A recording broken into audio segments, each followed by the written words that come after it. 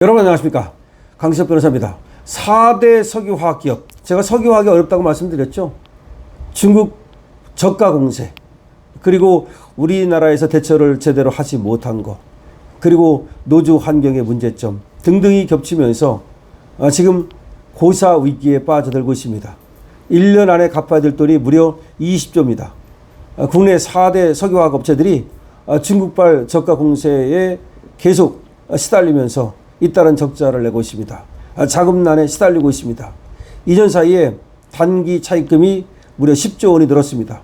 빚으로 연명하고 있다는 겁니다. LG화학, 롯데케미칼, 하나솔루션, 금호석화학 올해 1분기 1월부터 3월까지죠. 이 자료에 따르면 4개 기업의 앞으로 1년 이내 단기 차입금 갚아야 될 돈이 무려 20조 3,323억 원입니다. 22년 말만 해도 11조였는데 2년 3개월 만에 2배 가까이 는 겁니다. 불과 2년 만에 2배로 는 겁니다. 기업별로는 LG화학의 빚이 8조 338억 원, 하나솔루션이 7조 2096억 원, 롯데케미칼이 4조 613억 원, 금호석유화학이 4조 2756억 원입니다. 4대 화학이 LG화학하고 하나솔루션, 롯데케미칼, 금호석화 이 네 군데입니다. 그런데 이 네 군데 빚만 따져도 20조라는 겁니다. 20조. 그러니까 2년 만에 2배가 늘었다는 겁니다. 급증하는 이 석유화학 대출 탓에 시중은행의 부담도 커지고 있습니다. 여기 어마어마한 빚을 빌려주다 보니까 은행까지 부실화되고 있습니다. KB국민, 신한, 하나, 우리, NH농협 등 5대 은행만 따져봐도 석유화학 기업들에 대해서 빌려준 돈이 지난 6월 말 20조 5,364억 원입니다. 1년 사이 2조 7천억 원이 또 늘었습니다. 자, 이게 무슨 말입니까? 석유화학 산업이 무너지면, 4대 석화가 무너지면 시중은행도 같이 무너진다는 말입니다. 지금 석유화학들이 급전을 당겨 쓰고 있습니다. 지난해 6월만 해도 A은행이 석유화학회사 여천 NCC에 빌려준 자금은 340억 원이었는데요. 1년이 지난 올해 6월에는 1270억 원으로 무려 930억 원이 늘어났습니다. 그러니까 막 급전 땡겨다 쓰는 겁니다. A은행이 여천 NCC와 맺은 대출 한도는 1,500억인데 이게 한도입니다. 여기가 마지노선입니다. 그런데 이걸 거의 다 채우게 됐습니다. A은행 관계자는 이렇게 말합니다. 급하게 불황이 닥치다 보니까 석유화학 업체들이 수백 원씩 급전을 당겨 쓰고 있다. 여천 NCC 여기도 어렵거든요. DL과 하나가 50대 50으로 합작한 기업인데 그렇지 않아도 여기 지금 부도 위기를 간신히 최근에 넘겼습니다. 자, 석유화학 업체들이 이렇게 계속해서 적자를 많이 내다 보니까 일종의 마이너스 대출, 은행 대출 한도 계약을 맺고서 그리고 그 안에서 돈을 갖다 쓰게 되는데 이제 마지노선을 한계를 채우게 됐다는 겁니다. 이렇게 급전을 빌리다 보니까 결국 이 시중은행들도 여기 돈 빌려주고서 이거 물리면 말이죠. 그야말로 시중은행까지도 휘청휘청 거릴 수가 있습니다. 옛날에 우리가 왜 공적자금이라는 거 집어넣었잖아요. 또 지금 공적자금 집어넣어야 될 그런 일이 생기는 것은 아닌지 난리 났습니다. 정부는 이 은행들로 하여금 일단은 급전을 빌려주라 이런 식으로 압박을 가하죠. 그러니까 원래는 은행 입장에서는 빌려주기 싫죠. 빌려주면 안 되는 거죠. 하지만 정부 눈치 보느냐고 전전 근거하는 거죠. 난리 났습니다. 빨리 구조정해야 됩니다. 이 석유화학 산업 구조정 안 하고 지금 은행 급전으로 계속해서 연명할 경우에 결국은 석유화학이 무너지면 은행이 같이 무너집니다. 아니 은행이 무너지면 어떻게 되는 겁니까? IMF 오는 겁니다. 은행은 일찌감치 석유화학 업종의 불행을 인지했습니다. 이에 지난해부터 석유화학 업종에 대한 등급을 떨어뜨려서 대출 심사를 엄격히 하고 있습니다. 비은행의 경우 대출 심사에 활용하도록 산업별 15단계 등급을 부여하는데 작년 상반기만 해도 석유화학 업종은 대출을 확대해도 문제가 없다.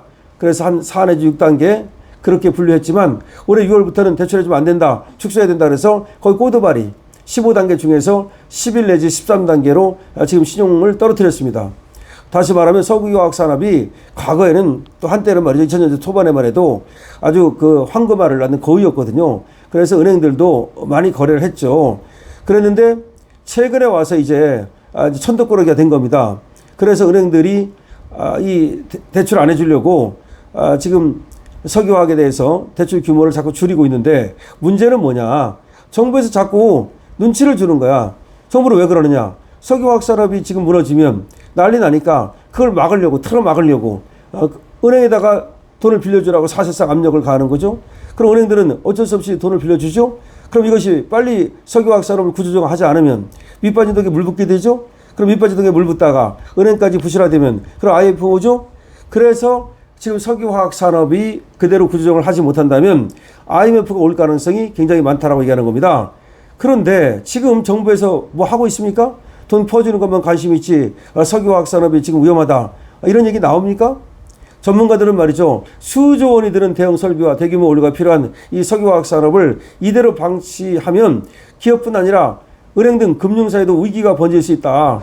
그래서 김정식 여수대병의 교수는 석유화학이 국가기관 산업이니 이 내수용으로는 살려둬야 하지만 그렇다 해서 수출하는 건 어려우니까 이 시급한 상황에 빨리 구조조정에 들어가야 된다. 현재 석유화학 업종의 위기는 갑자기 발생한 것이 아니다. 정부는 빨리 구조조정 방법을 찾아야 된다. 구조조정을 더 늦추면 그야말로 이건 은행까지 무너진다.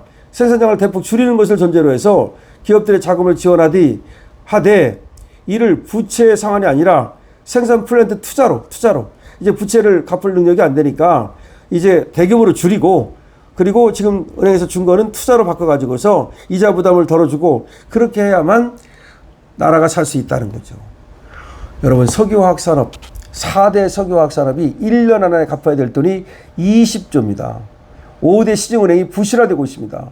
IMF가 온다면 석유화학 산업부터 IMF가 온다는 말입니다. 여러분도 지금 이 강신업 TV의 얘기를 잘 들으시기 바랍니다. 그리고 제가 앞으로도 이 경제 뉴스, 금융 뉴스 같은 것을 여러분께 자주 말씀드리려고 합니다.